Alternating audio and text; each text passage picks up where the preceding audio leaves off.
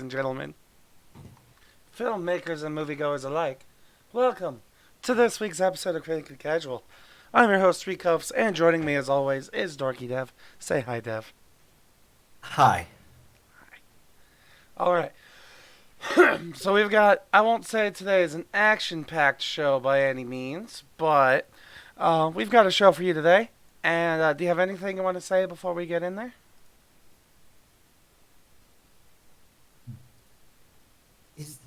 Is it right to say these are the best Disney films of the live action genre we've seen yet?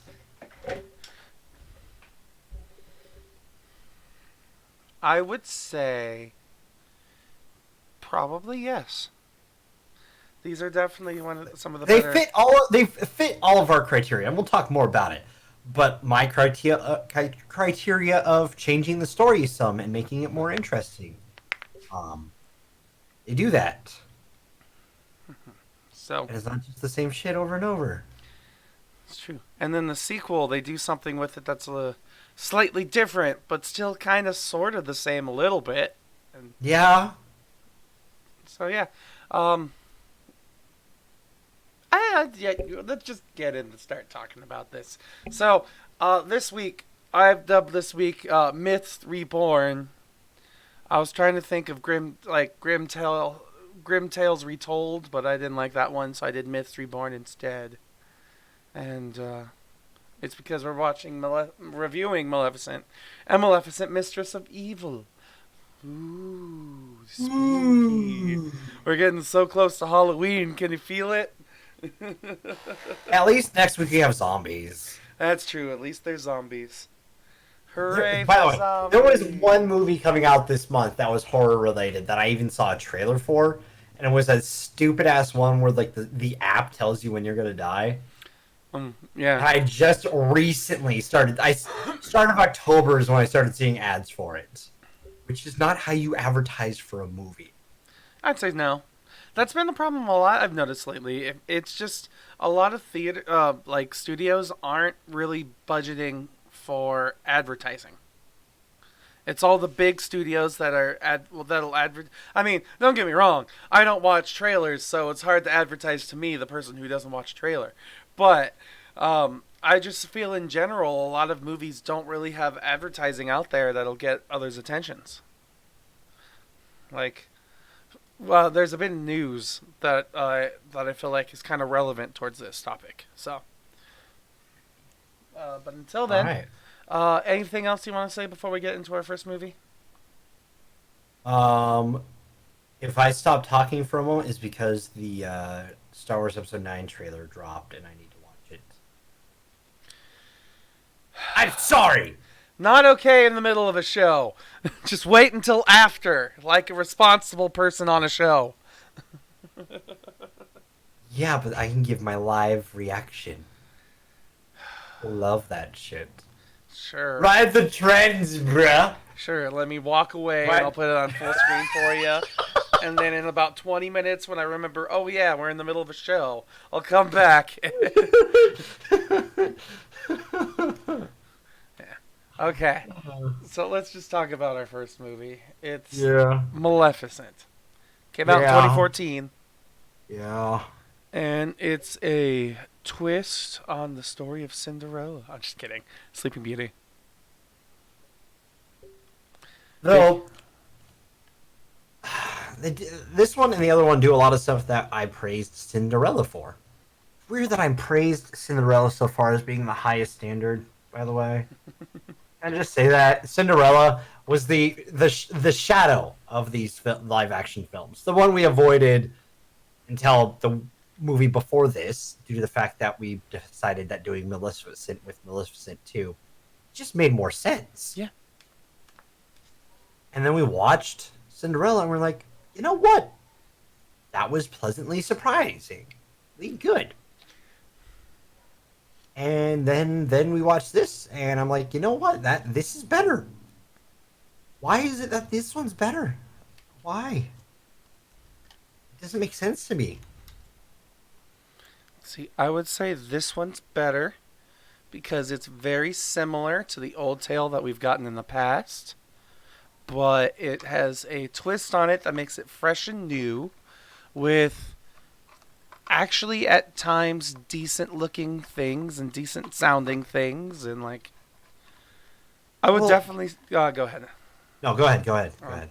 I would probably say that like my favorite thing about this is the fact that they actually built an explanation to like how Maleficent came to being, and like also shows that she is her own kind of ruler of her own little area, and like it shows there's more than just her as the evil queen that Cinderella, or sorry, Sleeping Beauty. That one was a mistake. The first one was intentional. That Sleeping Beauty, like Sleeping Beauty just says she's an evil person, and then this movie, like sure, she could be confused as evil, but at least there's more of a reasoning behind it, and there's more depth, I guess. Well, can I counter that with one thing? Sure, I'm trying to I praise a like movie, Evil and you, Maleficent. yeah, All right. I think that's the one thing that, like, don't get me wrong. The story's not bad, and I like how it's done. mm-hmm. But I do like Evil Maleficent. One of the major reasons is Kingdom Hearts. Yeah. She's like the big spoilers for Kingdom Hearts. She's like the second to last final boss. She's one of like the main bosses throughout all three games. Mm-hmm. Fuck the side games. Go fuck yourself. Fuck you. I don't know what's happening in 3, but I don't want to go back and find out. So you played through 3 and you're like, I am so confused. I kind of understood everything. This just, how did Sora lose everything? Apparently he had like a weird nightmare. Okay. So yeah. It's just, How did Sora lose everything this time? I yeah, don't know. pretty much. um, but like, for me, Maleficent is like deliciously evil. You know what I mean?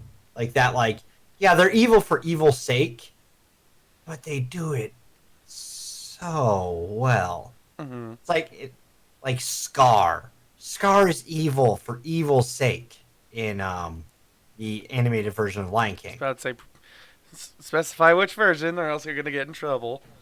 I know. While in the new one, he's not. And I said this, like, yeah, it's some of the tragic backstory that he has is, you know, it makes him more fleshed out. But also, we don't get Be Prepared, which is one of the most evil, greatest music songs that has ever been put into a Disney song. Fucking fight me. And I feel like, though it adds a lot to the character or the idea of Maleficent, it also takes away a lot as well. Mind you, this is a different version of the story, so it works. And in my opinion, it does tell a more coherent story than the original Snow White. Sorry, no, Sleeping Beauty. Jesus Christ, there's so many fucking princesses. It wasn't me this time. There's so many from that era. I know, Cinderella, Snow That White, have- Sleeping Beauty. Well, what? Like, 2 of them fall asleep. All 3 of them wear. 2 of them wear light blue. And are blonde. Don't talk about this. We don't need to talk about whitewashed princesses right now. I'm not talking about whitewashed princesses. I'm talking about the fact that the princesses from that era all have either similar shit happening to them, or they are just the same. They are carbon copies of each other. It's a convincing story, man. I don't know what to say. It's just, it makes it tough to coherently say which one you're actually talking about because there's 3 others that have shit going on the same way.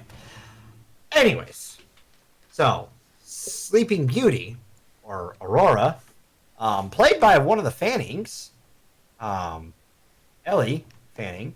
Also, Angelina Jolie plays Maleficent, and Angelina Jolie is our Marvel connection of the day to the fact she's going to be the Eternals.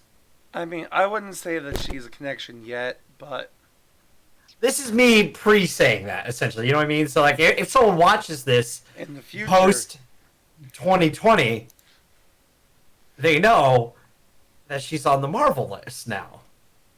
You know what I mean?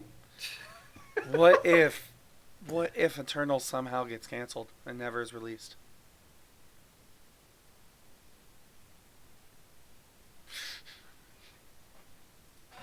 It's just a hypothetical here. Go fuck yourself. Stuff up. All right. Shut up. Shut up. I want the Eternals to happen. You stop. It's such a unique fucking story for them to go for. All right. You complain about them not doing any unique stories. Eternals is as far out there as you can get when it comes to Marvel. Um. Anyways, the big thing for me though is that like nothing really happens in this film. Mm-hmm. Like it, I don't want to say it drags, but it just like sort of just goes through the story.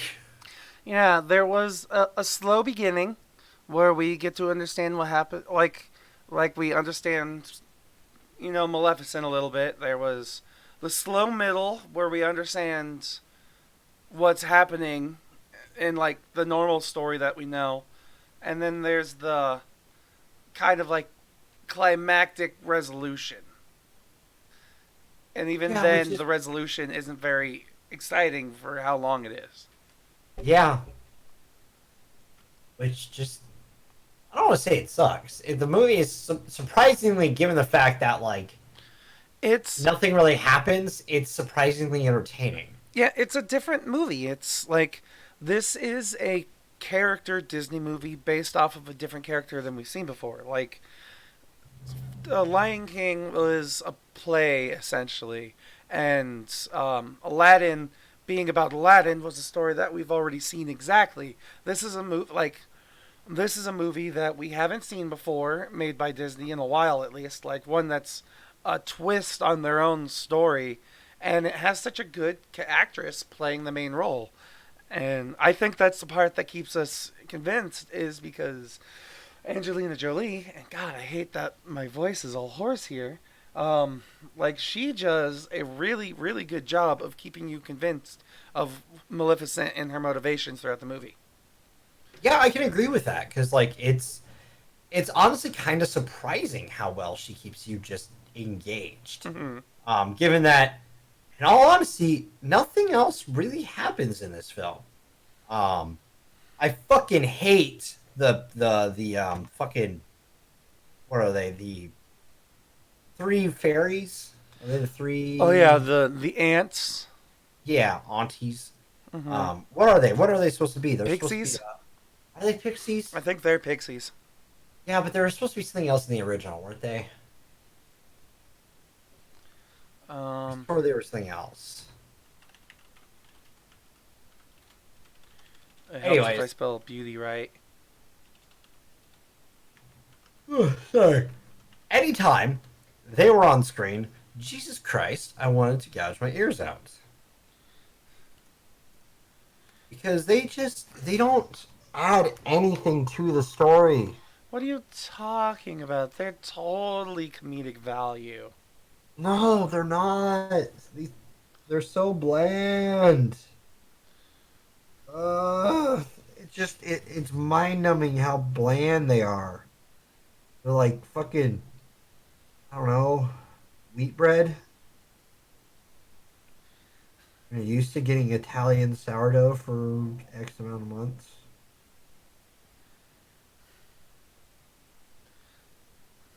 Uh,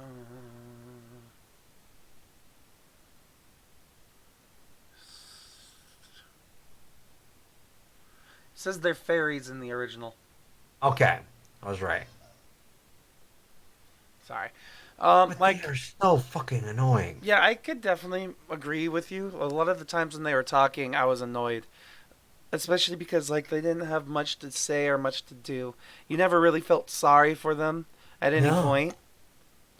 and they're just kind of entitled throughout the whole thing. So you don't really have a get to know them kind of connection. You don't get a moment to get to know them become connected to them in a sincere way. Yeah, because they keep doing annoying shit the entire Hmm. time. So you just like, I don't Like, know. especially because it shows how terrible of people they are, or not terrible, but just kind of ignorant. How ignorant they are. Yeah, it just doesn't quite work with the rest of the story that they're trying to tell here. So, my opinion, probably the weakest part is those three. The rest of the cast is actually not, and this isn't me against those actresses who played the Pixies, but Hmm. like more against how the Pixies were written. The rest of the cast, on point. I'm trying to think of like anybody that disappointed me at all, other than those three because they were annoying. Um, no, not really anything that really comes to mind as a disappointment. Do you have a favorite character other than like Maleficent? Um. Oh. What's his name? Are you thinking the Crow? Yeah, dude, Duvall. Diaval? Yeah. Duvall. Fucking awesome, dude. I was like, And I'll say his, not to be too spoiler, his character just gets better. oh yeah, absolutely. Duvall's awesome. He's the right amount of like snarky, but also loyal. He's the companion you want in like an Elder Scrolls game. He especially I love him because he has no fear of Maleficent. Like in the Oh, yeah, that's the best part. Like they have this banter with each other, even though he knows at any moment she can obliterate him. But like it's hilarious. he doesn't care. Yeah. He's a crow. What have you He's, done to my beautiful body? don't ever make me a dog again or a wolf again. Yeah. What's so wrong with being a wolf? They're dirty and they eat birds. I'm fine. Next time I'll make you a worm. I'll be a happy worm. Yeah. Exactly. Just don't make me a dog. And then like just turns him back into a crow again mid conversation. Oh god. No, that chemistry worked really well, and I enjoyed that quite a bit. Um, King Stefan, Mm-hmm. interesting. Um, Also, seeing Dick Grayson was kind of weird. What did you think of the kind of twist at the end? Oh, what true love thing? Yeah. Predictable, but Did you think it was going to unique. be that character? Yeah. Okay. I thought it was going to be a different one at first, but I was like, it kind of makes sense to be this one, I guess. Well, the other thing too is it's just they have a bond to the fact that she pretty much helped take care of her throughout her adolescence. So Mm-hmm. like they have that like sort of loving bond. So just like, eh, Mm-hmm. So it it's where makes it's gonna go. sense. It makes a lot of sense because like I feel like Disney is definitely trying to change the messages that they're telling people. So parental love is important in things, I guess, and like friendly love is important as well, and love, that's important I sometimes, mean, also just look not at as like much. they. It's very much an Elsa Anna moment, and we'll talk about that next month, more. But ooh, I'm placing the breadcrumbs for the future. Um, Ooh. Or in the past, if this is past 2020. ooh, stop dating this. Except this show is always dated because we usually watch movies on opening weekends. But beside the point. Oops. um, yeah, we do date this show just a little bit. Um, no, like it was very much a Anna Elsa moment, and so like it's obviously where they're going to go to, especially given the fact that like certain things are very changed. So like, where it's going to go. Also, I don't know. I do miss evil Maleficent still. Like evil. We had moments of the evil, just not as much as you wanted. Yeah, kind of. Yeah. Like she's never the Mistress of Evil. Mm-hmm. Um. Ooh, stuff for 10 minutes from now. Um. She's never. You're so dumb. Dude, I'll be honest. I'm fucking tired, so these jokes are keeping me awake. All right. Sure. Just just fucking deal with them, or else my head's gonna start bobbing back. I've already done it a couple times. All right. Why don't you actually sit up? You know. And, oh, Because I was sitting up, and it still didn't help before. it's Anyways, just this this time if movie, you I fall will asleep, say, you fall this movie forward. just. I also like the world building of the Moor. Oh yeah, definitely like that. Really cool. Um, Seeing a whole bunch of different creatures. Seeing Ents was cool. I just thought it was cool seeing any creatures because, like before, we thought Maleficent was the only like magical being in this world, and now that's not true at all.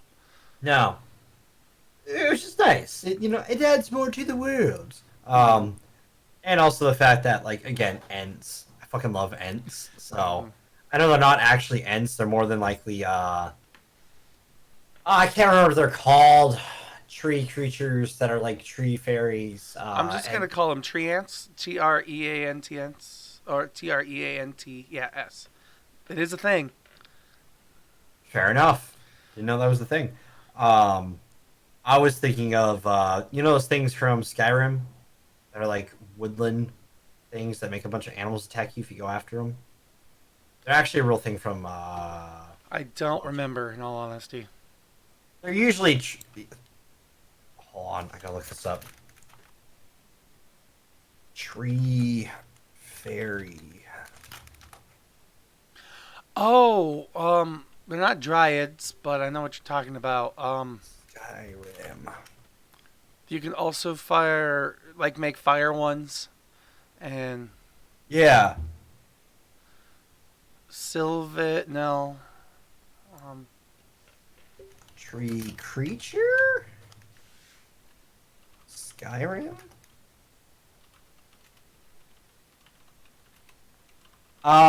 Springring. Springans. Yeah, Springans. Which I think are an actual thing from real mythology.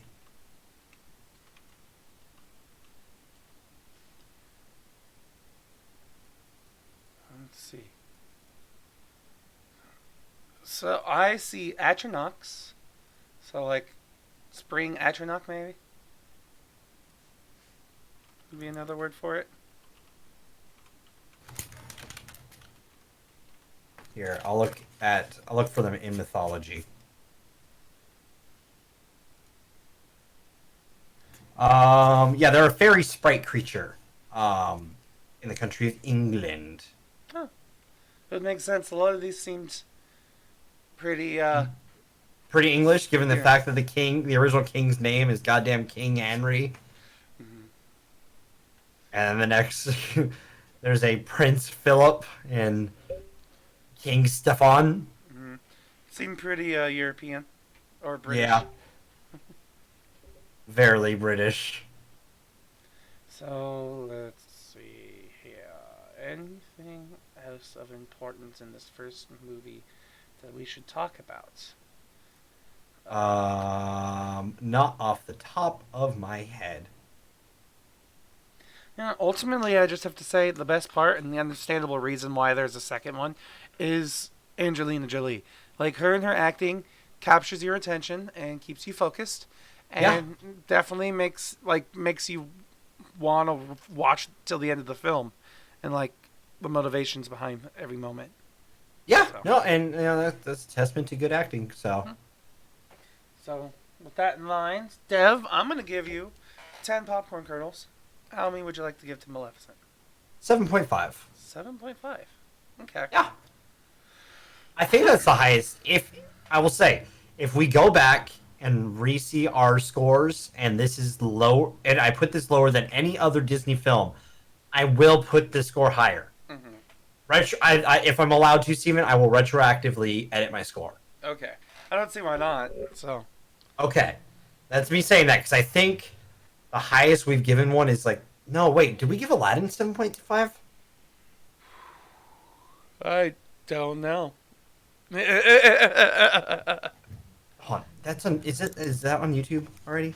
The Aladdin one, probably. I can't remember if we did Aladdin before or after doing uploads. Hold on, I'm just gonna do a Okay. quick. Aladdin should definitely be there.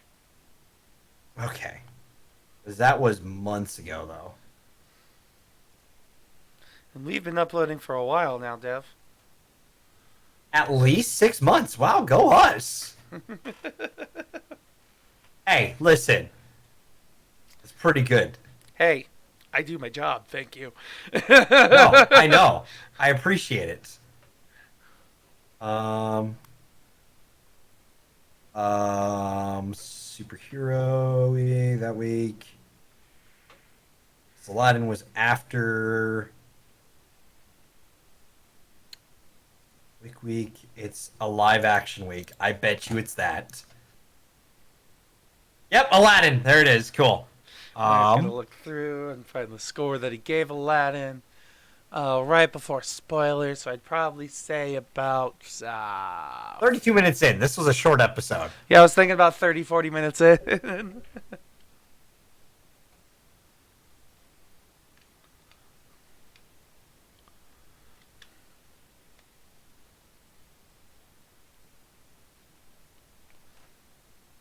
Silence as he Sorry, I'm studying. I have my yeah, as he listens. He hears our approaches and how we the problem is apparently we talked a lot about the music after giving it score. That's makes sense. Yeah. Damn it, where's our fucking score? That's why I think Aladdin was the highest that we've rated any of them so far.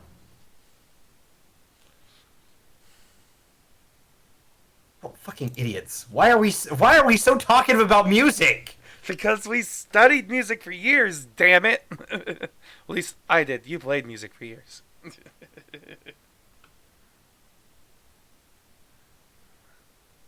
Yeah, honestly did a good job with Street Rap. Shut up, me! Alright, we'll figure this out later. Alright, it's gonna take too long to fucking find this. I don't buy that. Shut up. Anyways, so no, I'll give it an 8, just in case that's not that's not the highest rating. You know what I mean? Mhm. So 8 definitely. So I would have to give this one myself a 7. Like, good movie. Definitely like it. A little boring at times. So yeah, because like it's definitely slow, but it's not intentionally meant to be an action, fast-paced movie. That's not the purpose of this film at all. So the cool action moments that we got are kind of a bonus to me. So yeah, I'd say this one gets a 7. that's a fair rating. All right. Next movie. Move on over for the Mistress of Evil. Her name is Maleficent. So, Did you notice that they changed actors? did they changed what? Actors for Prince Philip. Oh, yeah. They went from Dick Grayson. What's his name? Damn it! I had it just a second ago. Fuck.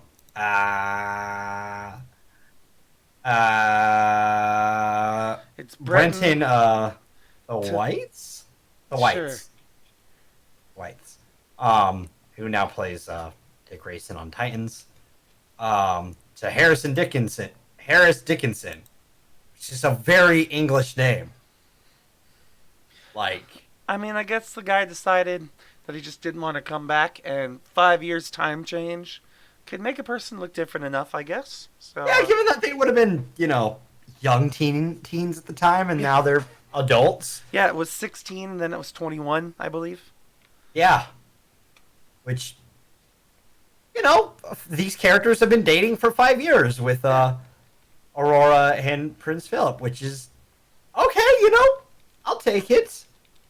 It adds more care to their relationship, I guess. Which Okay, that's not a bad thing. They're not married yet, No. so There's a couple of things that I have about this movie. Um, One of them is just how short the time change is. Like, because because in the first movie we have a narrator, where at the beginning and the end of the film it sounds like an old lady talking about the story of Maleficent. Then in this film, it's only 5 years later, but the story has changed again, so it's like she's not old, but now she has to fix the story again. I mean, I guess essentially you're supposed to assume that it's this her narrating at the end of the movie is telling this. I don't know. Maybe this is a prequel, and the first movie is a technically a sequel with an unreliable narrator. Uh, well, they actually changed voice actresses for these two narrations too. who's the I thought narrator? it was different. In this one, it's Elaine Line, Mawat, and then the other one it was.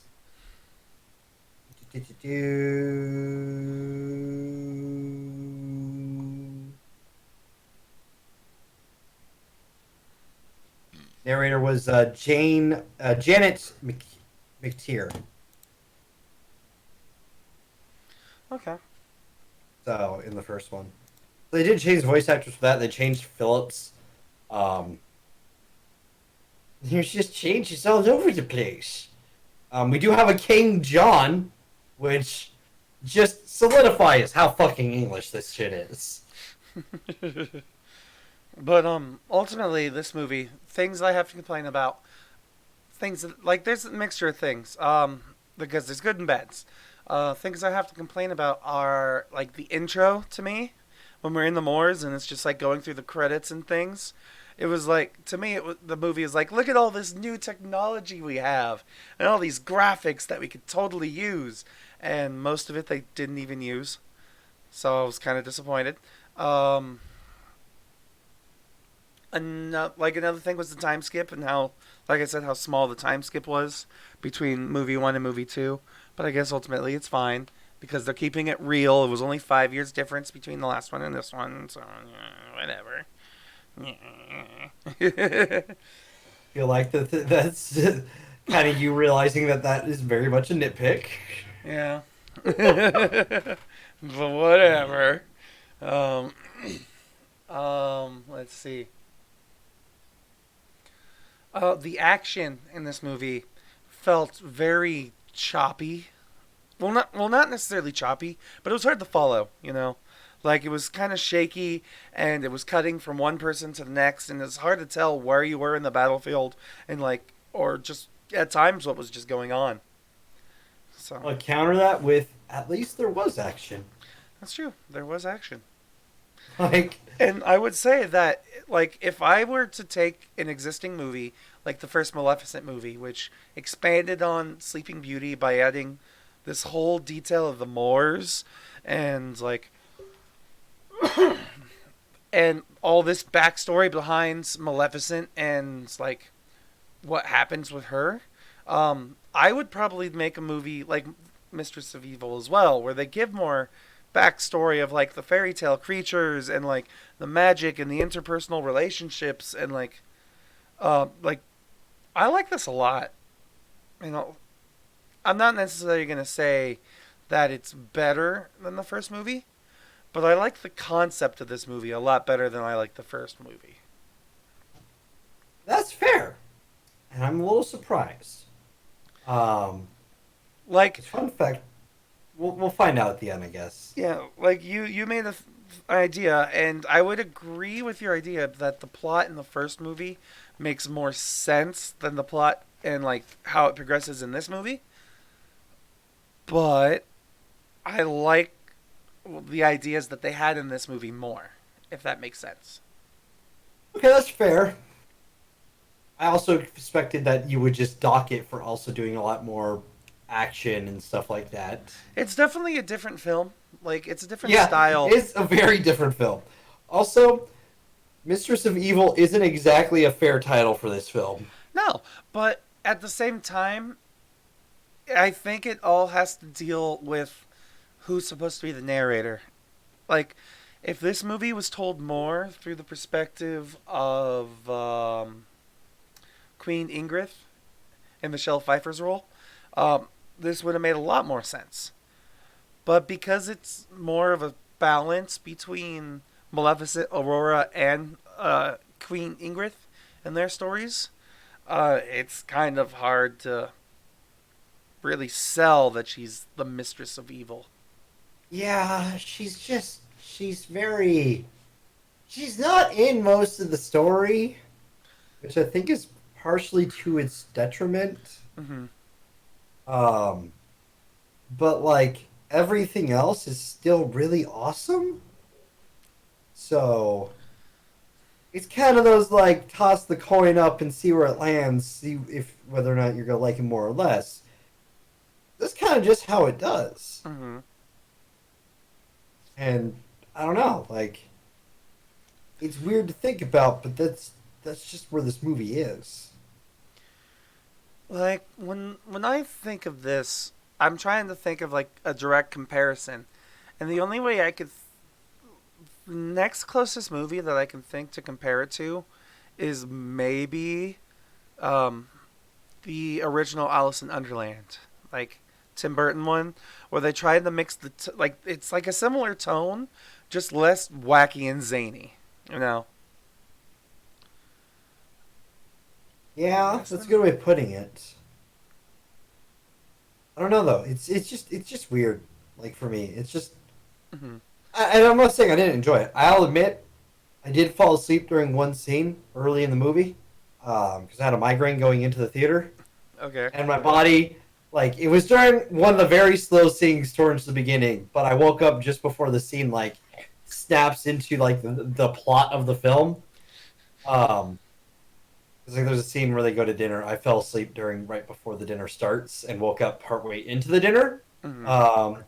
So that was one of those things. Was I I out bet for I 7 know minutes exactly or when you woke up.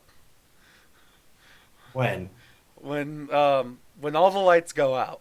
No, before that. Oh, okay. I woke up when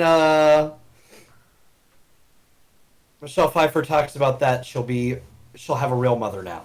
Okay. Right before that. Literally right before all the lights go out. Like a few lines. There's like a good set of lines that happens in between there and there, but then she does the thing. I fell asleep right when they enter the town. Okay, yeah. So there's not much difference between point A to point B there. Okay, cool. Didn't miss much. I don't know if I was out for 7 minutes, 2 minutes, I'd say somewhere 20. around 5 minutes at most. Okay. Woke up. Felt good the rest of the day. Um, but like, I went in there, started driving there with a migraine. I'm like, oh, this is gonna be a trip. Decided to sit towards the back corner. Huge mistake, because like everyone was sitting in the center, and I was like, no one's gonna sit in the corner area. I can kind of just be off on my own. Um, Man, the audio systems really kick in the corners. Oh, see, yes and no. For me, the best spot to sit in a theater is directly in the middle because that's where all the audio balances out. However, sitting in the back corners, you're closest to the back speakers, so I can see how it's definitely a lot louder back there. Yeah, yeah, it's a lot louder back there. Trust me. Especially when the ad is already imbalanced on like sound to talking. And it's like those pre-roll ads before they play the Does trailers. your theater do one of those silly, like, Dolby Atmos surround sound where it has to show a leaf or whatever random It thing going has around? it's all around you. Yeah. So what it does is it shoots. You hear a thoom, thoom, thoom, and then all of a sudden they cross onto the stream. It's just some balls being shot into the air, and all of a sudden they turn into liquid and they flash by. And they go back by, and then it's the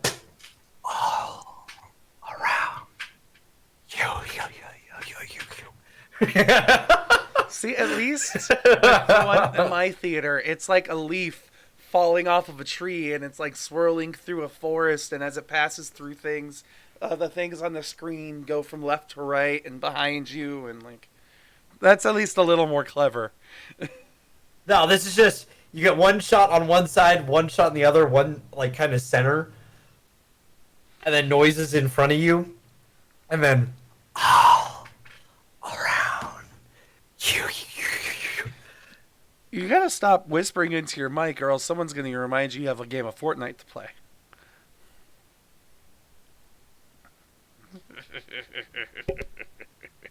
Go fuck yourself. Um. So yeah, no. That's what mine does. Um. It's really dumb, and I hate it, but it is what it is. Um. No, I just can I say, Ellie Fanning, having a more drawn out role in this, she does a good job trying to carry the weight that is left in the hole of what Angelina should be there for. Yeah, because she's barely there. Yeah. And she does a good job. It's just you expect Angelina Jolie's Maleficent to be the lead, so like this isn't a dab at Ellie, just more dab at the creative choices they did with this film. Because the character of Aurora doesn't fill the hole that's left by Maleficent. Mm-hmm. Like when I watch this, there's actually I would agree, yes, because I definitely wanted more Maleficent, and what we got of her was kind of undeserved almost. Like they tried to put more of like her being more human than the humans essentially, but it was too heavy-handed. It was too forced. I can agree with that. It was very.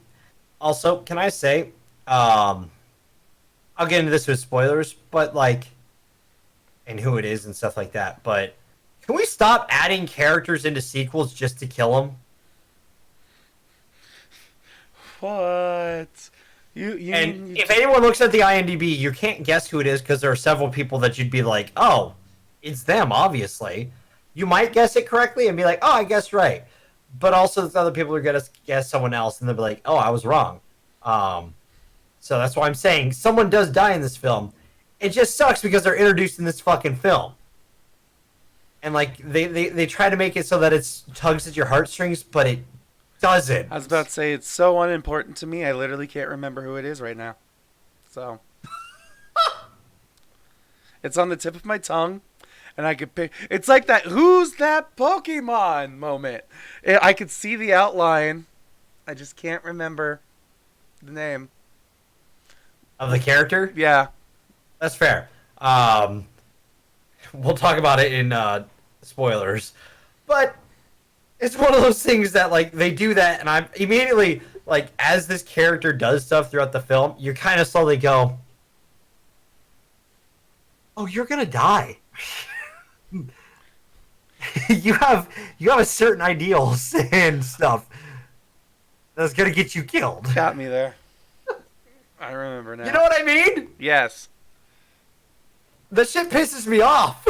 But she and he are Dark Fae. That's what they were called, right? Yeah, Dark Fae, they're Yeah. Fae. Dark Fae sounds right. It's not spoilers, but still.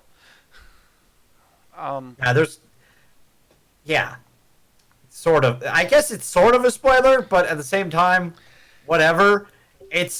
I'm sorry, it gets revealed within Act 1. So, I mean, the big thing, the big one that kind of got me was just they made a whole storyline about the people that she finds when they weren't even important until, like, I don't know. Like, once again, it feels like one of those heavy-handed moments of them trying to force the humanity onto her. you want to know what part of it is? Is it toys? It's woke Disney. We saw this with Dumbo a little bit. The woke Disney-ishness of being like female empowerment.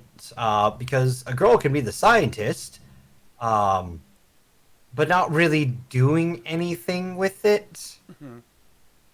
I think that's this film's problem, is that it tries to act like it's doing stuff, but it's not. So I'd say we kind of have to be careful in how we explain this, because we could say, why is it that this doctor is a woman and they don't Well, no, explain no, no, it, no, but, no, no, like, no, no. Yeah. I'm saying more in the sense of, like, Disney. The Dumbo example is more that, like, they act like this character because they make them, like, we'll use Dumbo for example. The daughter, she was into science.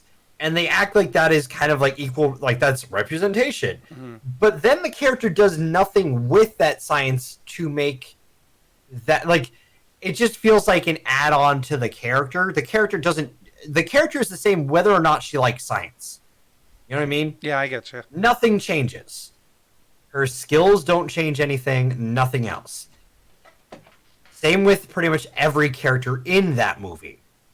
Their skills, what they are, other than like a horse wrangling, for one of them, has zero impact on the story of Dumbo. That's true. I mean, it adds a little bit of character development. Is it character development though? It's very one-dimensional character development. Let's be honest. I mean, what do you want? Do you want more story about Dumbo, or do you want a two-dimensional main character? Well, they chose for us. They chose a cast of two-dimensional characters who, again, act like this one character-defining thing is what defines them. The Fae are kind of that. Like the woke ideals. This isn't me being political. It's just what people call woke. Mm-hmm. It's, I think, how Disney sees that, and they sometimes don't do it very well. And this is one of those moments of, like, this group is being persecuted. Let's have a giant battle. Now we're all peaceful, as though nothing happened. When there's a lot of bad in this film that happens to people. Like... But that also, a lot of bad happens, but it's also, the bad that happens is because of some of my favorite things. Like, I love the little inventor dude in all of his creations. Oh, no. I'm not downing that. Mm-hmm. It's just I think my problem with this film is when Disney tries to act like they get people, I guess, or like they're trying to send a message without really doing anything with the message. Yeah, like, there's different ways to do it, that's for sure. Like, Frozen had a better message than, like, for instance, direct comparison would be, like, Tangled. I can agree with that. Frozen had a, like, love can come from family thing, while Tangled was a weird Disney still doing the finding who I am story. Mm-hmm. Which, I mean, they did that again with Moana, but Moana was awesome, so... Yeah, I liked Moana. Moana...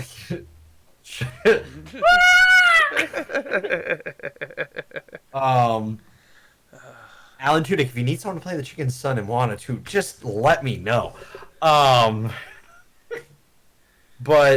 I don't know, when Disney does this thing in their live action where they try to act what we talked about it with Princess Jasmine in Aladdin, when she has that moment where she sings about not being silenced, when one, no one was trying to silence her, and two, she's just singing it to herself in her head. Yeah, it affects nothing. And then in the same scene gets silenced.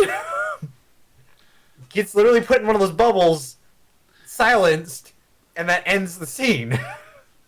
Like, don't get me wrong. It was funny because I made just random off topic real fast. I showed my stepmother that song because she asked me what I thought of Aladdin after she had watched it, and I was like, I loved that speechless song. If it was like I said in the podcast, it's a good song. It's just not an Aladdin song, and it just didn't fit in the movie, and you could kind of tell because they paused the world to have the moment. yes, so and it was a very Disney trying to act like they get people. Yo, we're Disney.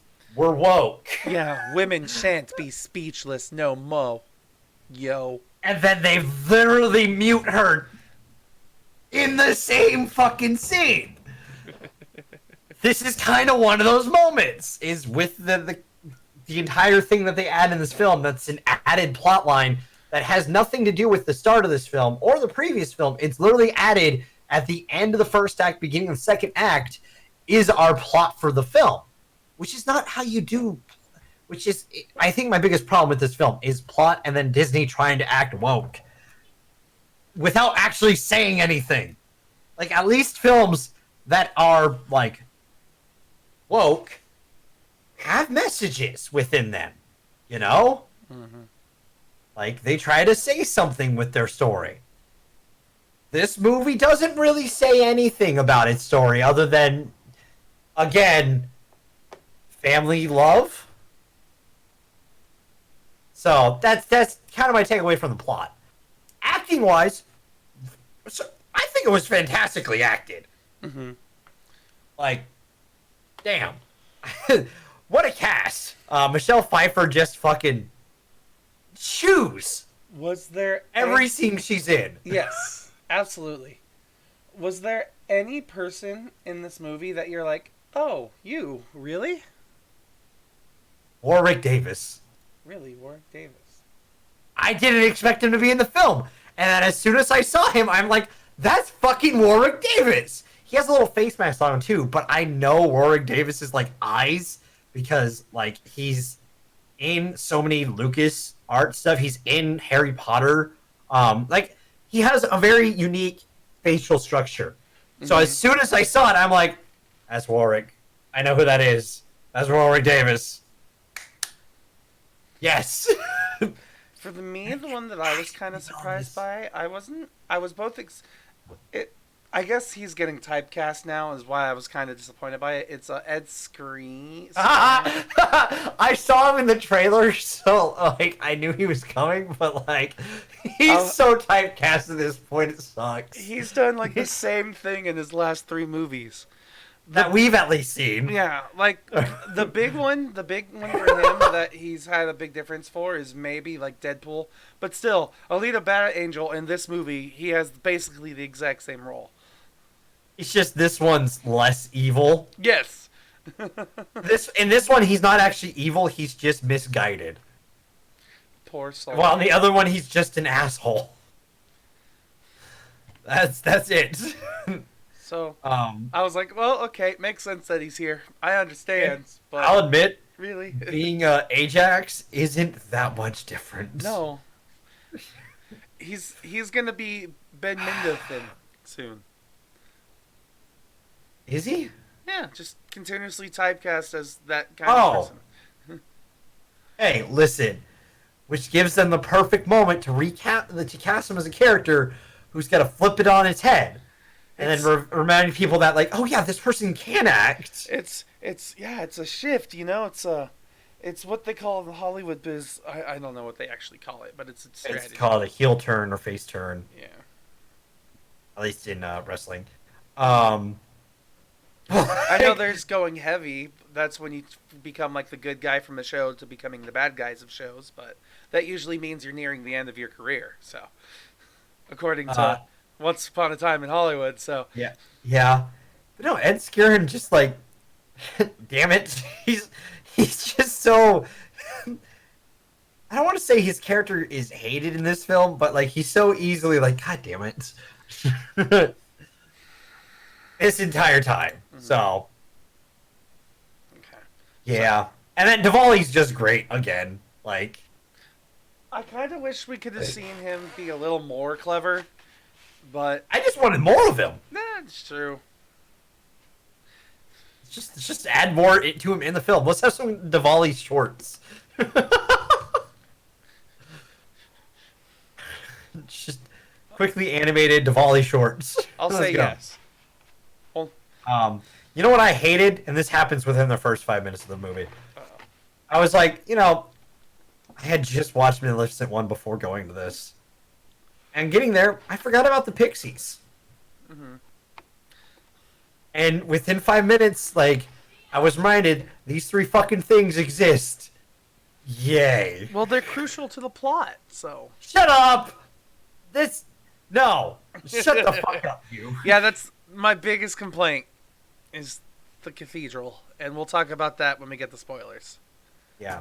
So I'm gonna give you 10 popcorn kernels. All right, with my 10 popcorn kernels, I am honestly gonna say that this movie is still just a 7. It's basically the same movie, different genre, different style of mood, and it's kind of heavy hand.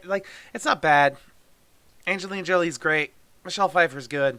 Just the interaction. Michelle Pfeiffer is just fucking fantastic in this. I'm not gonna lie. Yeah. She gets to just chew the scenery every time she's on the screen. And it's pretty good. Mm-hmm. The two of them together, great chemistry. I love it. So yeah, 7. I'm giving this one an 8 as well. So it just lands another 7.5 even. Because it's there are things that are better about this. I think the action and some of the pacing is better. Mm-hmm. But then also the plot and some of the pacing is far worse. It's really weird. But the acting, I think, is also just upped from where it was in the last one, which is good. But the writing is down from the last one, which is bad. So it's whatever I was given, I'm taken away from as well. Mm-hmm. Some way. Which sucks, because, you would want it to be just better overall, but it's not, and it's just what it is. Yeah, so 7.5 for both of them. All right. My prediction was wrong. I thought you would rate the first one higher, just enough higher. The first, if it's hard to say honestly, they're different movies really, and they each have something that I like about some of them. So it's kind of, they're really the same in quality. I'll be nice this week, I guess. That's fair. So, can you hit the button? Make sure it's on the right setting so you don't say fuck you on stream. I don't even know what it's set to right now. What is the button that I was about to hit? Yes. Perfect button for spoilers. Hold on, give me a second. Where's my podcast set? Motherfucker. Stop for a second.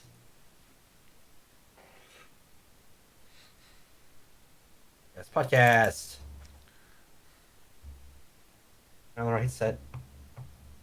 Let's get ready There we to go. spoiler! So yeah, anybody who's here and doesn't want to be spoiled for Maleficent, Mistress of Evil, now's your chance to leave. Yeah. Not very evil. No, the one thing that I liked is that they made her foreboding in her appearance to the castle, and then at the dinner table, the music and just her presence there was kind of the most evil part about her. But then the rest of the movie, she's just misunderstood and recovering. And then angry at the very end. But And poor Chweddle.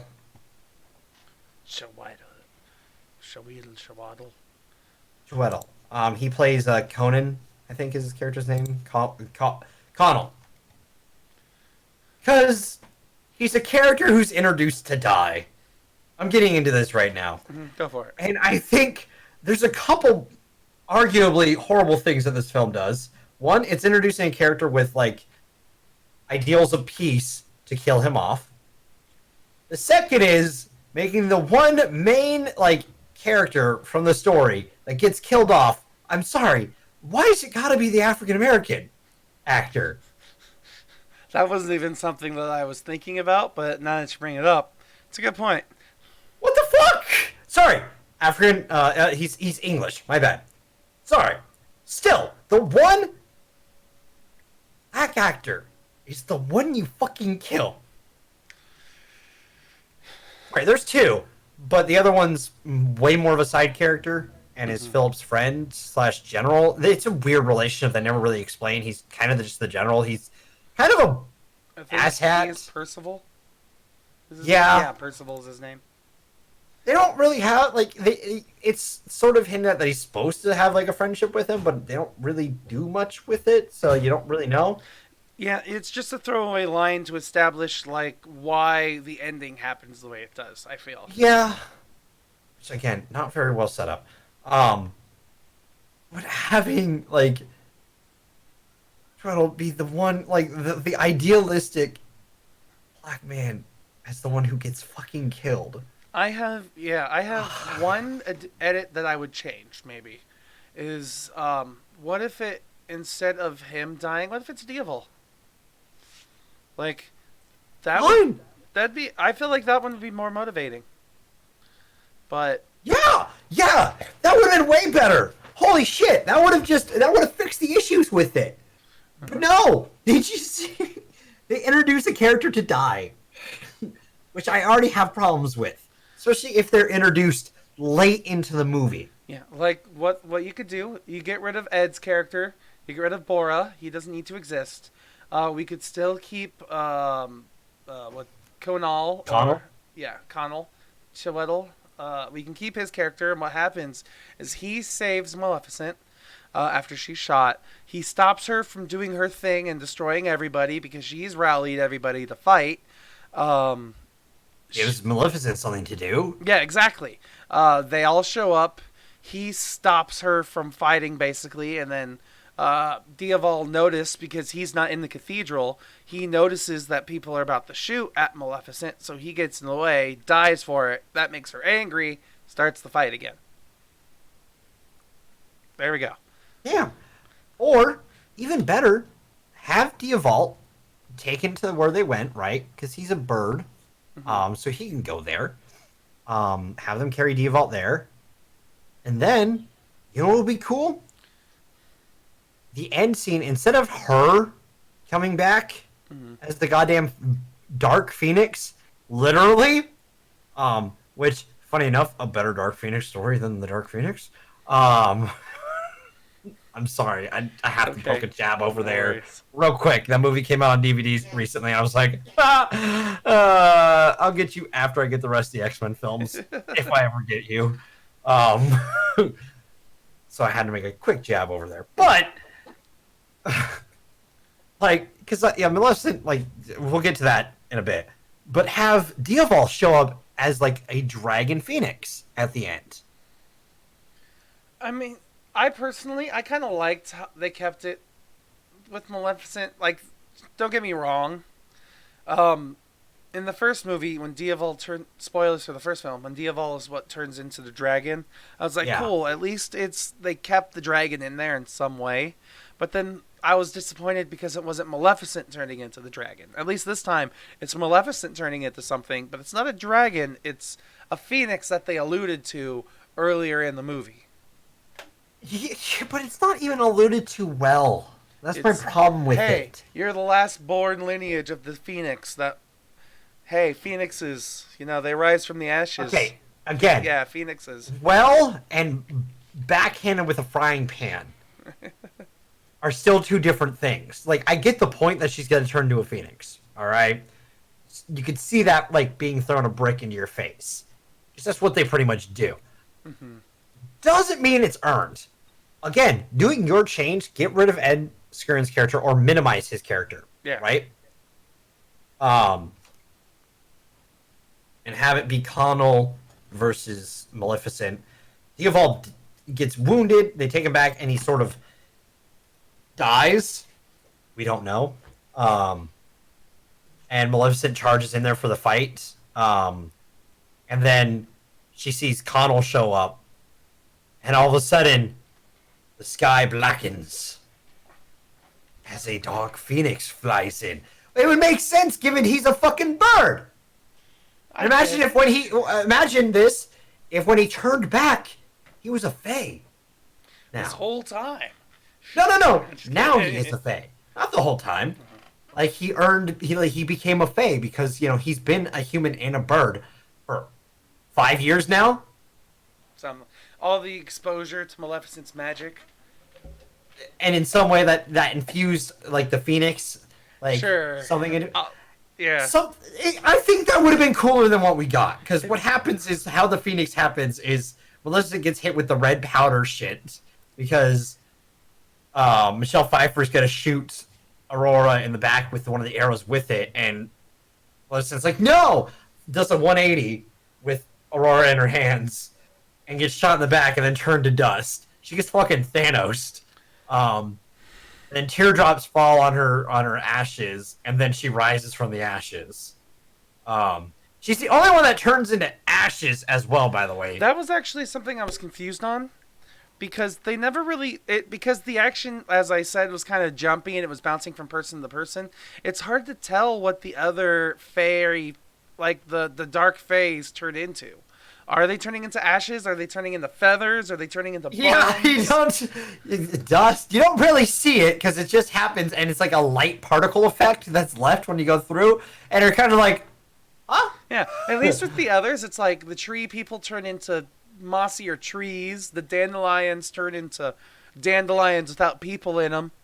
Uh, like that stuff Yeah. makes sense, but the flying dark phase just explode into something. They get fed rice. I don't know. They can't pass gas on their own. I don't know, dude. It's. I'll agree. It's weird, mind you. Some of the action's cool. It's just cut really weird. I think that's my problem with it because I like some of the concepts in the action, but like it's so dot dot dot dot dot dot dot dot dot dot dot dot dot dot dot dot dot dot dot. You know, like what? So like, and then so like yeah, she rises as a phoenix and then gets like she saves Aurora because Aurora's getting pushed off the tower by Michelle Pfeiffer. And she dives into to save her and falls on the ground, turns back to Maleficent, which I didn't expect her to actually turn back afterwards. I kind of did because they have to have the happy ending with Angelina Jolie.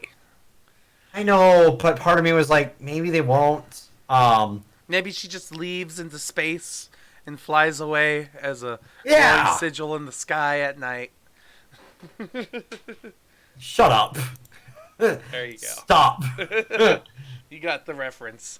I hate you. Still a better Dark Phoenix movie than Dark Phoenix. Because also, we do get a self-sacrifice, or sort of self-sacrifice, of a blue character. Still a better Dark Phoenix film than the Dark Phoenix. I hate that I can say that now. It's officially a better Dark Phoenix movie than the Dark Phoenix. There you go.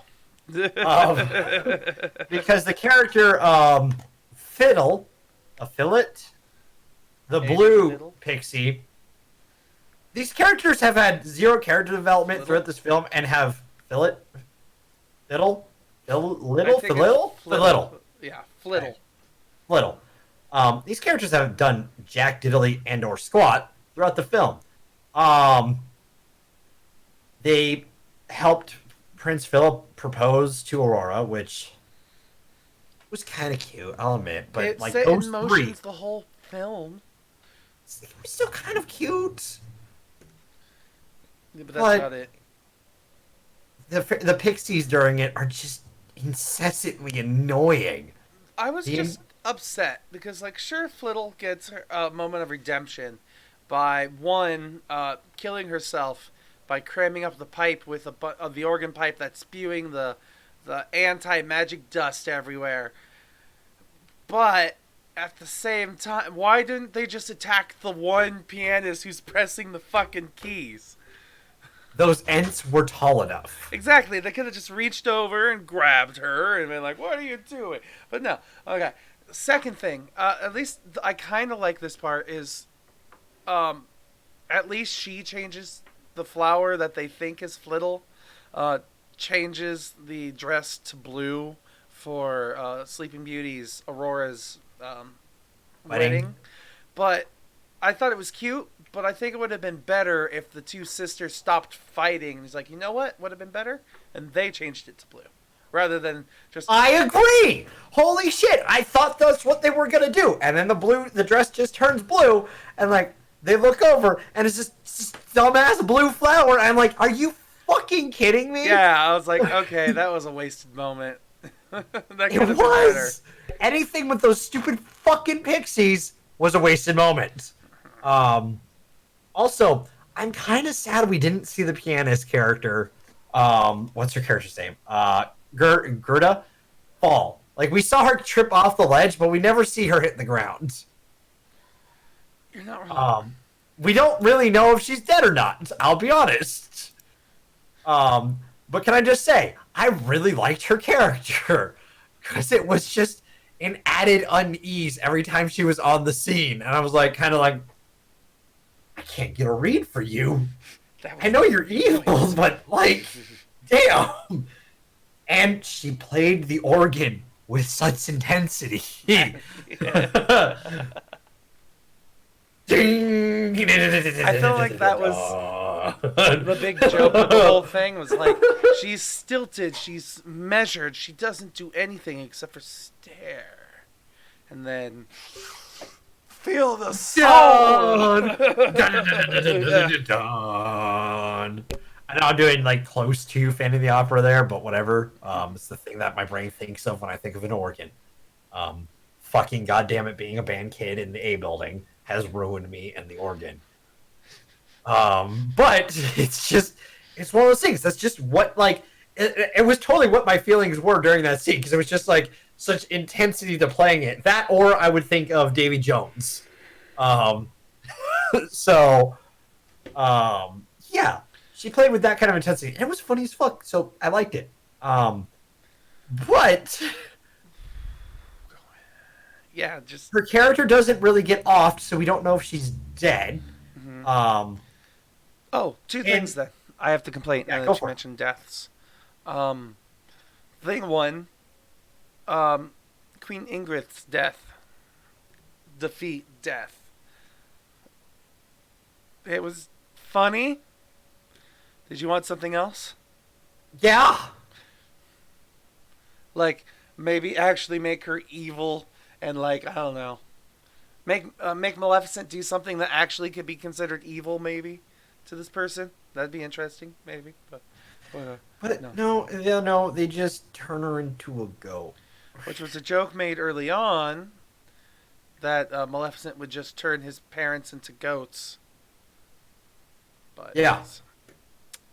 You can turn her back. John comes back after the curse is broken, and it's like, oh, yeah, that was another thing. But I'll get to that since we brought it up. We'll get to that in a bit. Well, you brought it up now. Let's talk about it now. Oh, I thought you had a second death. I do, but it's fine. It's brought up now. Fair. I thought they established that nothing could break the curse. Right? Mm-hmm. Nothing in the world. Maleficent tries in the first one. And fails, yes. And so I'm not the only one. Yeah, and the second one, it was just like, you don't end curses, you just break them. And it's like, oh, okay. Yeah. The curse is broken. What? Didn't you... Wait. Excuse me? Did you... No. Yeah, no, I thought that. I was like, what? You tried this before.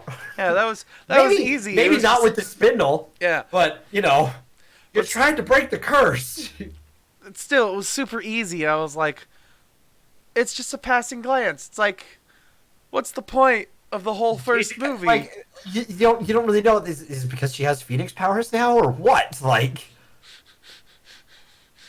yeah, because she does. By the way, she does get Phoenix powers when she's reborn, because like she now has like green-orange eyes. Fun fact, instead of just green. I mean, her eyes were reddish orange before she turned into the Phoenix. It was just because she was really angry. Yeah, but then she has like an aura of oranges to her as well now. Instead of just green, it's like green and orange, which makes a really weird color around her sometimes. I Yeah, sure. don't know. It looks like weird pukey green occasionally because it's an orange mixed with a green occasionally with the aura. Oh, Um, so I don't know. Just my opinion on that. But like, yeah, no, the whole thing with King John, just like, okay. And two, it looked like he got stabbed in the back. yeah, and then they show it on his arm, Yeah, and what's no up with one, that? and like no one autopsy, like no doctor was like, huh, there's this strange puncture mark on his arm. It must have been a Right? curse. Well, not just that. If they did that with Aurora in the room, Aurora would have been like, wait, that looks like this. That's a spindle curse. I know that because that happened to me. And then slowly but surely, Queen Ingrid. Oh no, that's awful. Who would have done that? Like throws the spindle over the balcony, like Yeah. Which, why the fuck did she put it back? because she's a bad guy. A bad guy has to keep a trophy. Shut up. That's just like her villain is competent except for that. Like that is the one thing she does that is literally her downfall. That was something that I actually really liked about her was how competent she was. Like all the she had a plan and she had a backup Yeah, plan. she had things figured out. It's just she decided to put the spindle back. And then Like you know what would have made more sense? Have her throw the spindle out the window or something like that, and like Aurora is just walking around, and slowly the cursed feelings come back. I'm just now expecting just only because I've been in the mood for like comedy satire things. Like I'm just now expecting it's just she throws a spindle out the window and it shows some random just peasant walking down the street gets stabbed in their neck and they just pass out. Yeah, just yeah, Until true love's first kiss. exactly. Oh And god, he's like sitting I there. just And what saves that person is a homeless dog asking for food, and it licks him like, "Hey, do you have any food? I love food." And it's like, "Hey, okay, but the spindle's still in him, so he passes out again. exactly." Every time he gets licked by the dog, yeah. I'm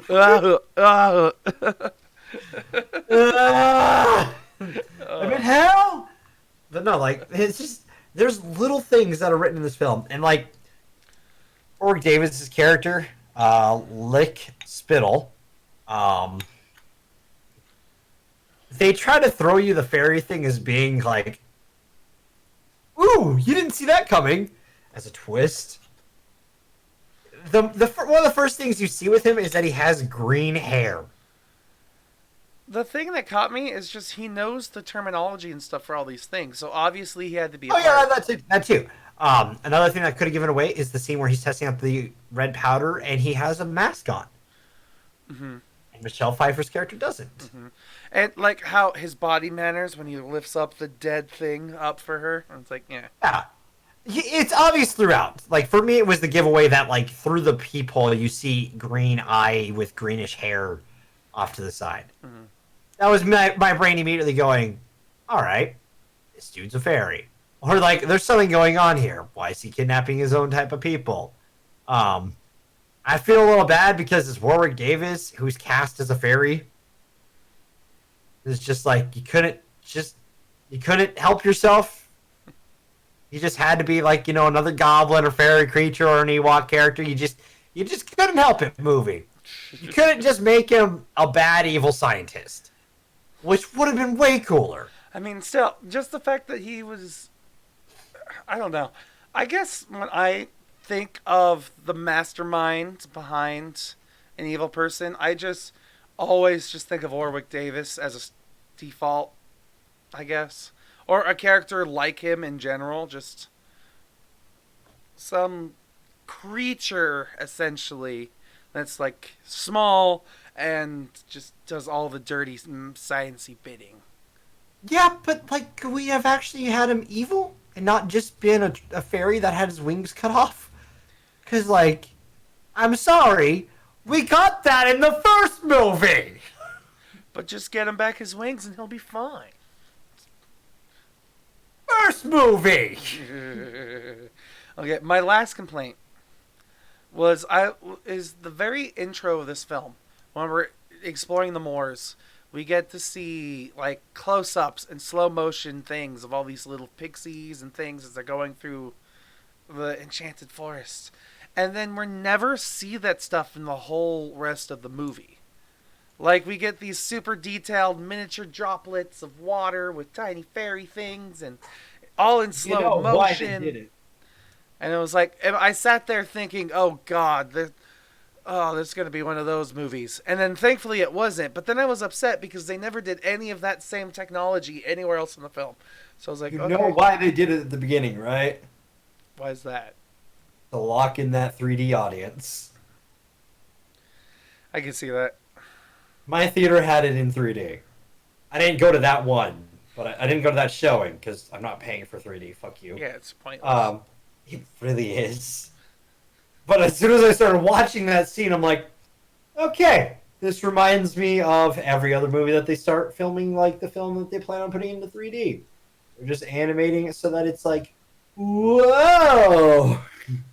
And then it ends, and you're like, oh, okay.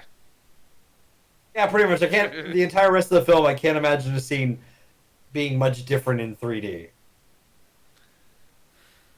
Yeah, it's just cool intro, unneededly flashy.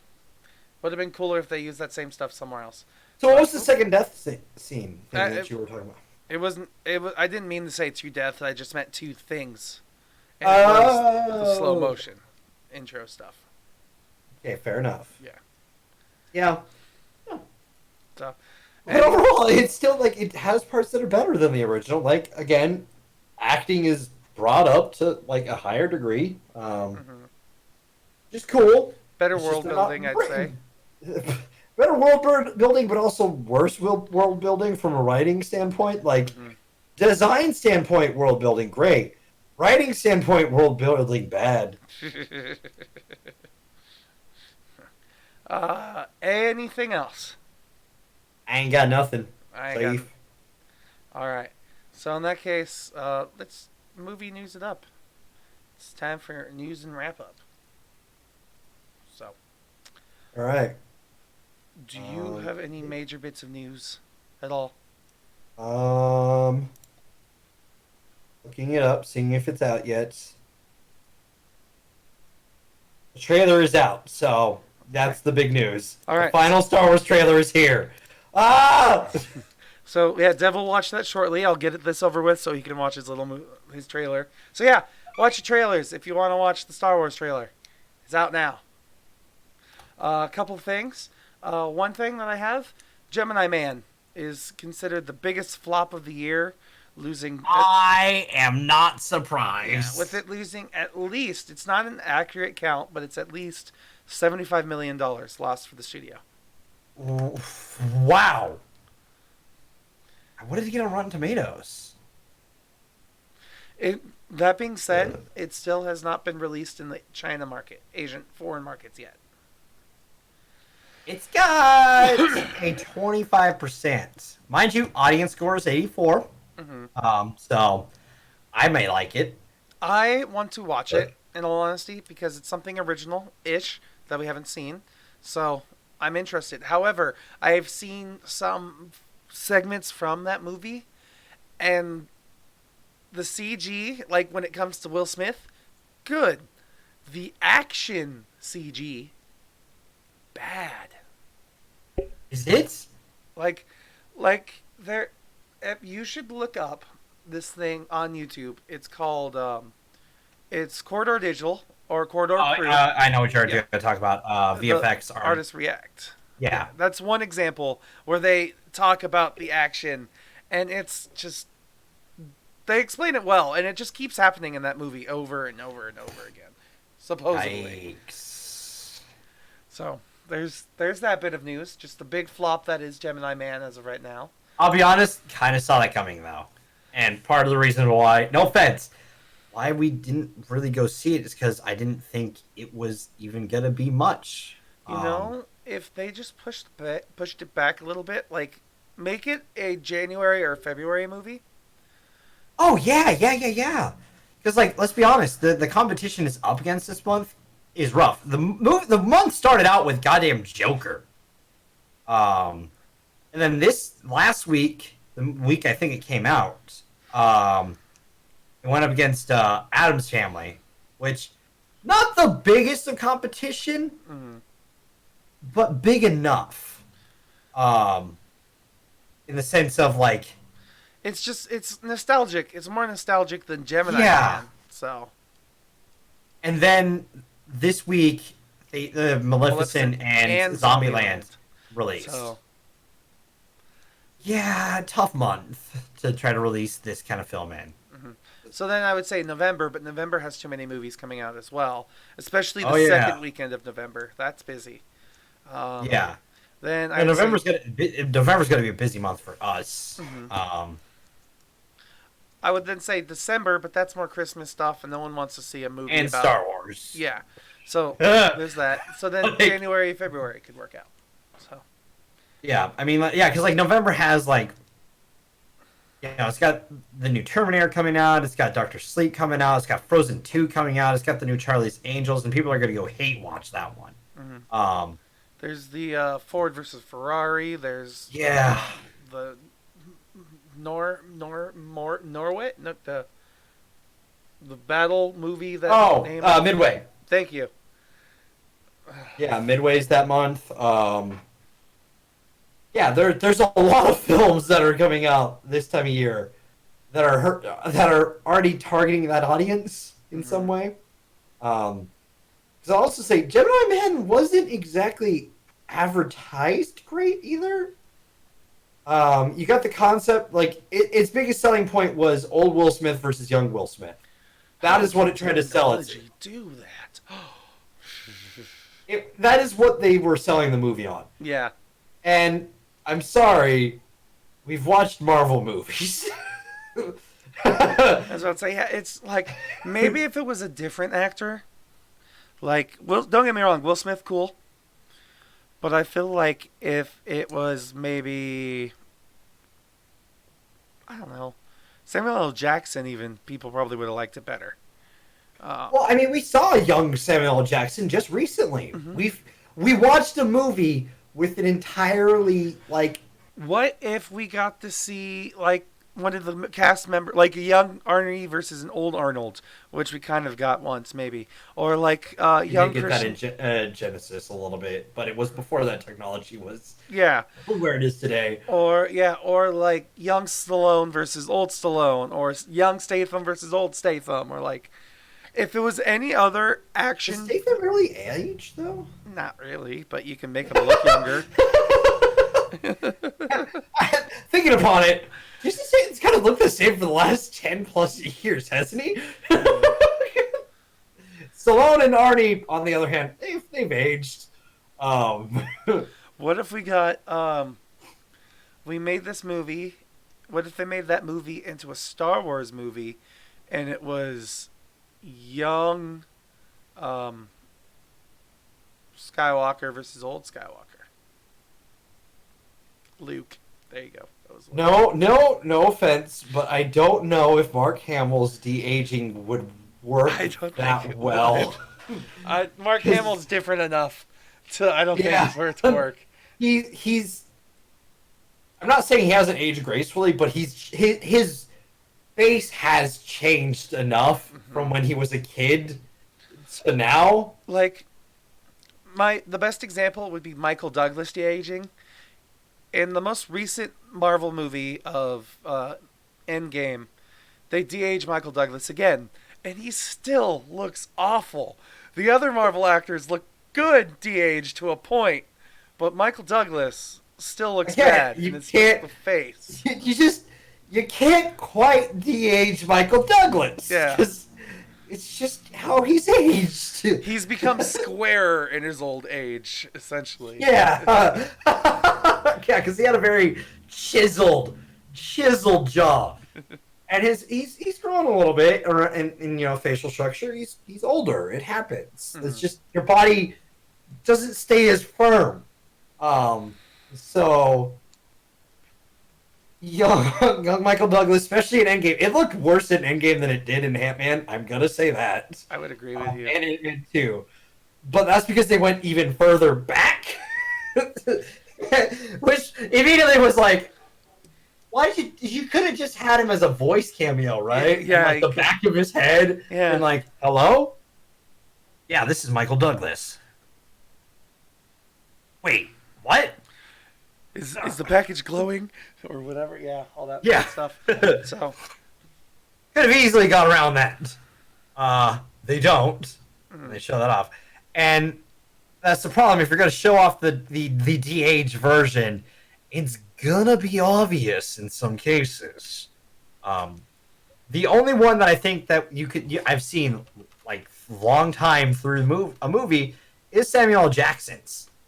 That didn't come off as obviously de-aged. There were a couple moments where he was a little shinier, but not many. So I'm not surprised it flopped. That's one of the reasons. It was definitely one of our debates for last week. It was between that and Addams Family, and we said fuck both of those. We're just gonna watch what we want. Because one, we didn't know if like Gemini Man was gonna be a good enough film to watch, and two, we just didn't feel like watching another kids film. Mind you, the last kids film we had before that, Abominable, was fucking awesome, but we've watched a lot of kids films this year. we have, and we're gonna watch more still. At least one. Let's see. Our next little bit of movie news that I wanted to talk about. It's not super important, but I guess it could be. It could be kind of starting a feud in Hollywood here, and it's Christian Bale has decided to. I guess the way you could put it is, in the Oscars, you can essentially put in a petition for where you want to be considered for your award. And Christian Bale chose he wanted to be nominated for leading actor in his role of Ford versus Ferrari, alongside his co-star Matt Damon for leading actor as well. From what I've seen, they both seem to be the leading role. Mm-hmm. I guess neither. Like in my opinion, the way it's advertised, they look like they're both on equal footing. We haven't seen the movie, so unsure if one of them is more in it than the other. Yeah, But yeah, we'd have to watch the movie, but it's not one of ours in our lineup, sadly.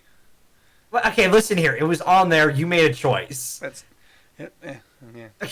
You can't blame me for that one. I'm not blaming you. the- I'm just saying Okay. it's not on our lineup. Okay, fair enough.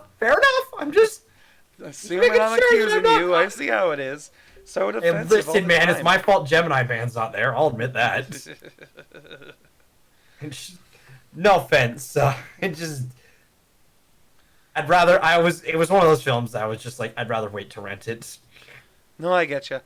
That's probably what a lot of people are doing, and then Will Smith will never make another movie in Hollywood again. But I call bullshit. hey, he's got a YouTube career now. Remember, that's hot. That's hot. Hello, 2017? Is that you? No, wasn't that 2018 Rewind? Was it? Yeah. God, that was last year. Oh my God, we're almost on another rewind, aren't we? Yep, it's already almost November. Oh no. Okay. Let's see. Was there one other news that I wanted to talk about? Oh.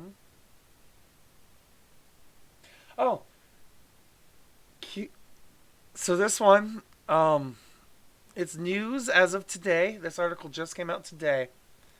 Cuba Gooding Jr. is being sued for alleged sexual battery of a nightclub server.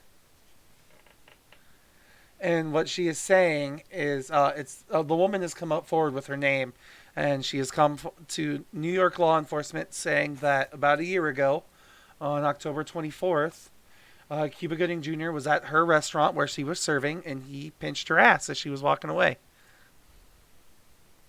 And now she is suing.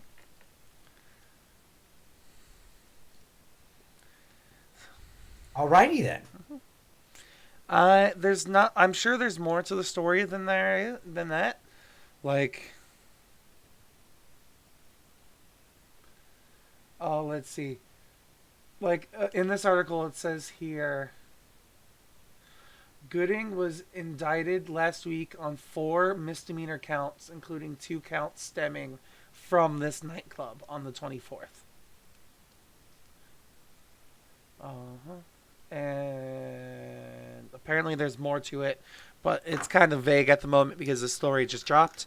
So And there's probably legal stuff that's preventing coming out. like it also says here, that the main woman was expecting to not have her name released publicly, but she ended up having to do it because if she didn't, the media wasn't going to take it and get traction apparently. So give a name with a face, and people are like, oh, now we can show and compare. Now we can, write a story out of this instead of, Okay. Oh, one other thing. Technically, 2 other things. I wanted to ask you, you watching anything? Anything new? right now, Yeah. just started watching My Hero. Season 4. Mm-hmm.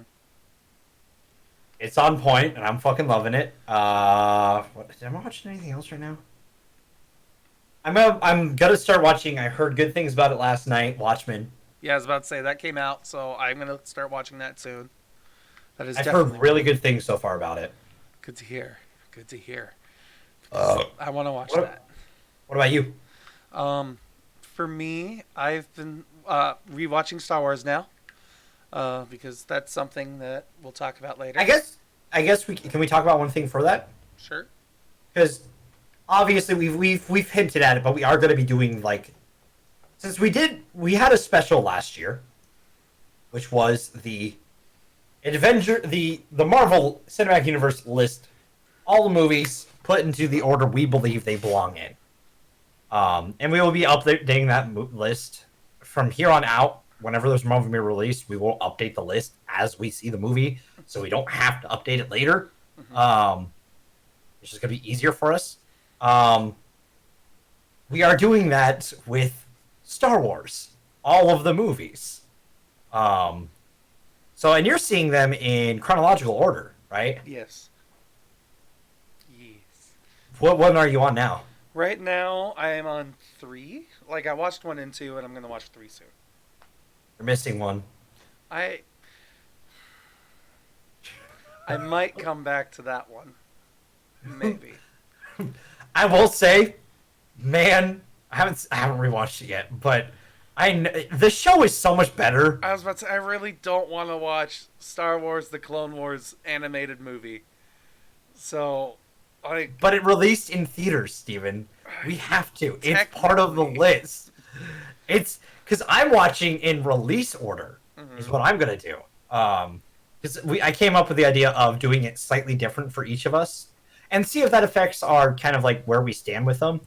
I don't think it will much change how we feel about these films, because we've seen them God knows how many times.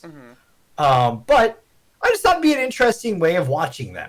Because I've never actually really watched them all through from release order. I've either watched chronological or what used to be known as Machete until we got the spinoffs.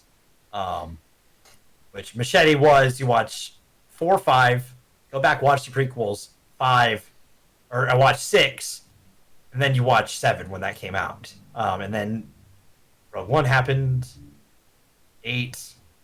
And you also didn't watch Clone Wars, but you did watch the show Clone Wars. some of it, yeah.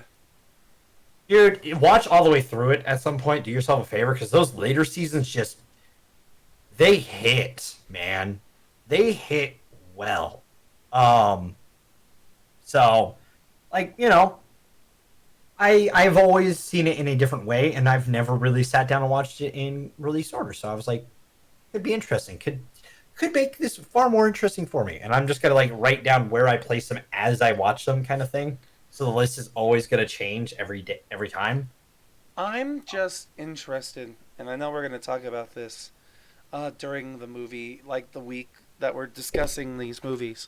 But the thing that I'm mostly interested about is how are they going to make movie 9 have all of these weirdly disconnected, like tonally disconnected films into one congruent 9 movie arc?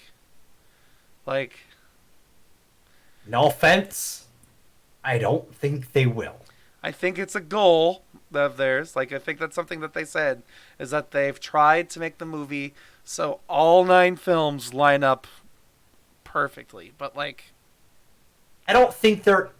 I'm going to preface this by saying I don't think there is a perfect ending for Star Wars. Because one, the fans kind of suck. no, So I yeah, didn't hate. I didn't hate Last Jedi. I didn't either. I think It's definitely not my favorite Star Wars film. no. The whole fucking Casino Planet bullshit sucked. That was a really annoying side tangent. I'm like, this is very prequel. Why is this in my film? Um, and I will say, it could have been better in a lot of ways.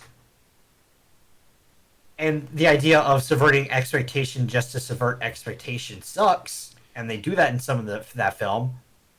But it's not the worst. It's not Attack of the Clones.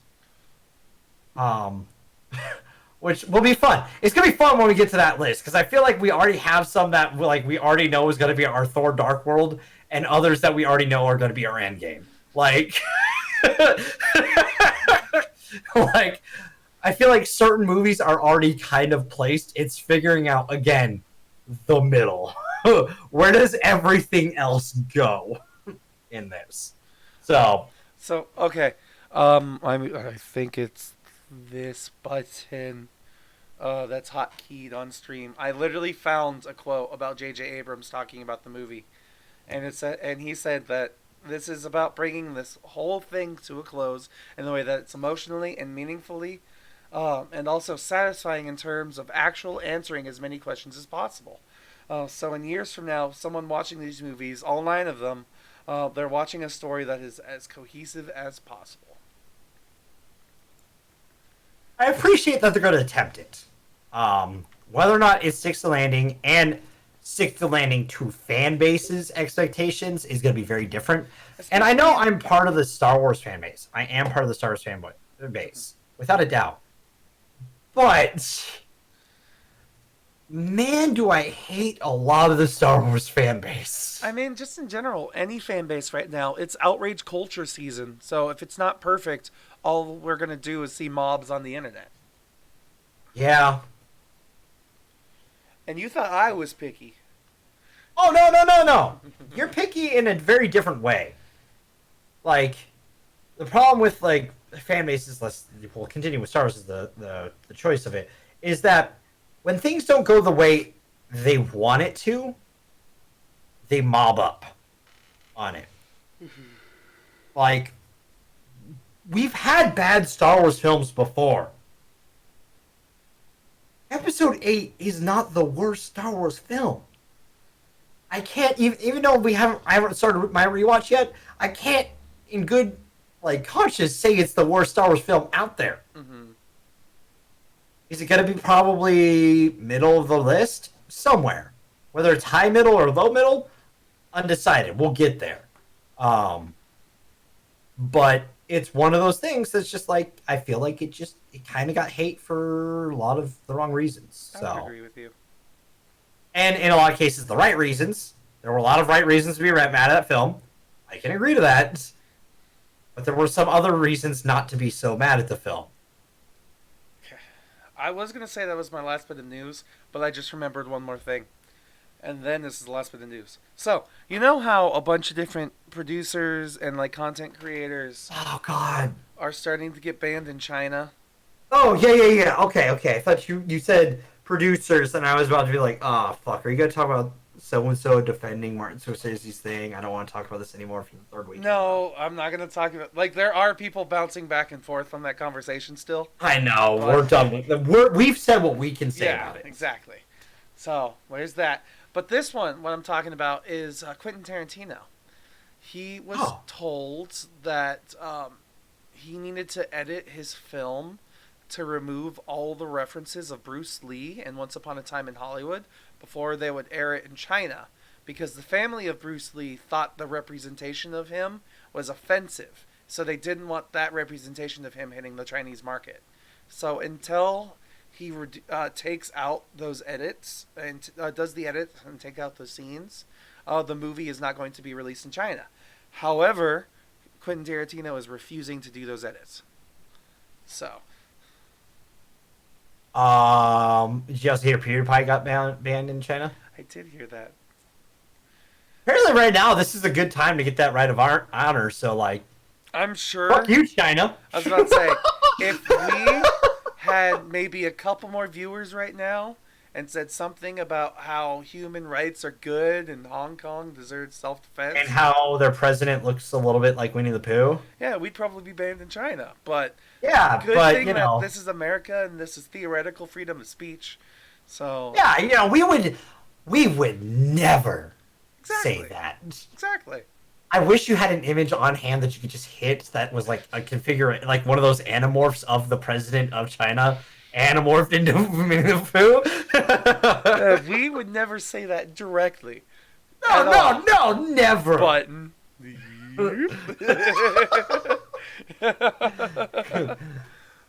Okay, so there was that.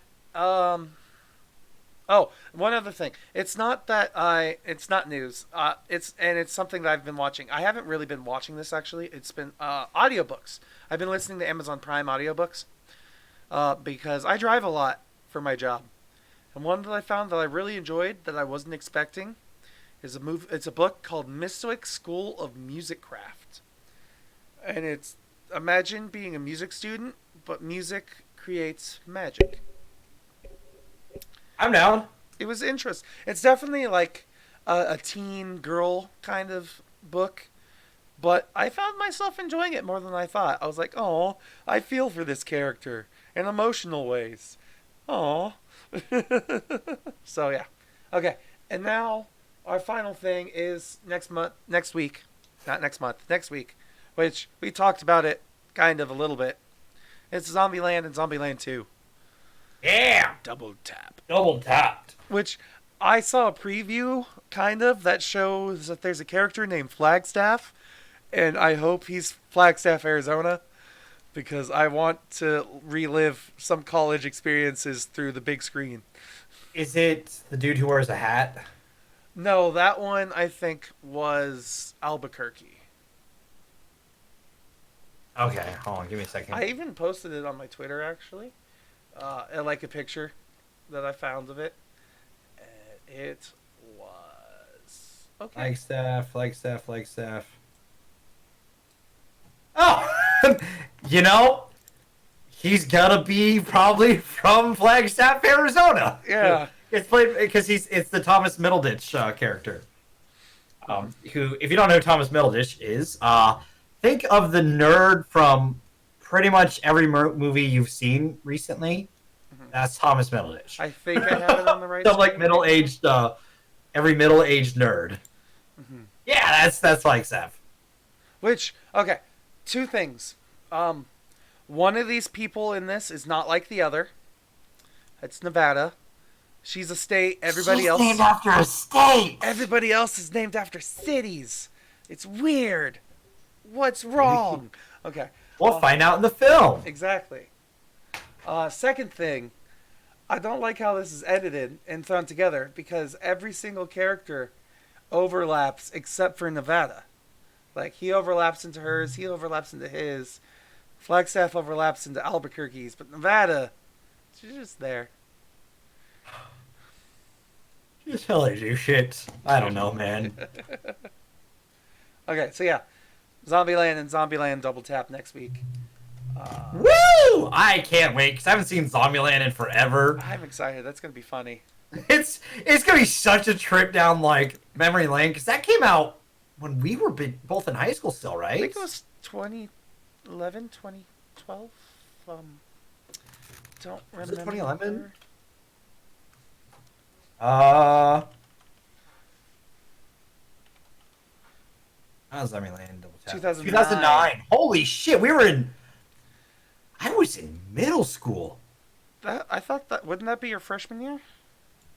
Oh, I was. Well, no. When did it? October? No, yeah, Yeah. October. Yeah, that was freshman year of high school. Holy shit! My friend had the rule book. I With him at all failed times. rule number. Is it 4? That's cardio. Eh. It's one of those And ones. you did marching, which kept your cardio up enough, you know. At the time. Nowadays. Ooh. See, I know my cardio is not great right now, but I know if I need to run, I can run. So, for me, it's like, all right, fuck it. Fuck! For me, it would be, oh god. Okay. As I get mobbed. Okay. I've got nothing else. Neither do I. Okay. Zombieland next week. It's gonna be fun.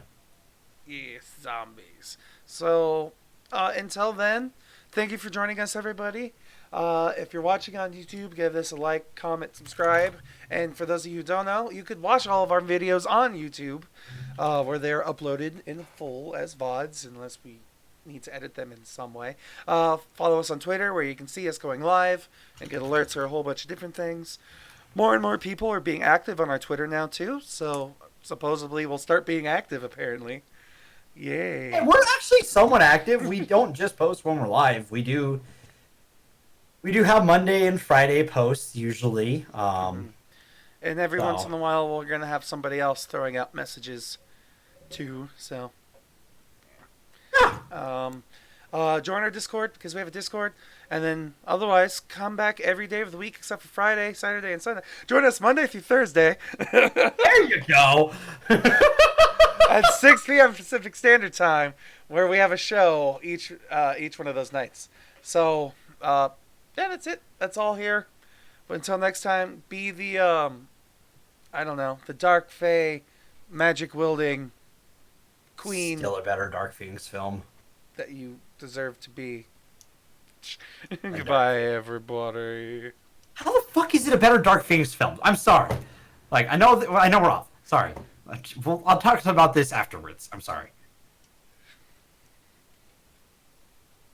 I just thought about it. I'm like my brain ranted for a second. I'm like, we're ending the show. Stop, please.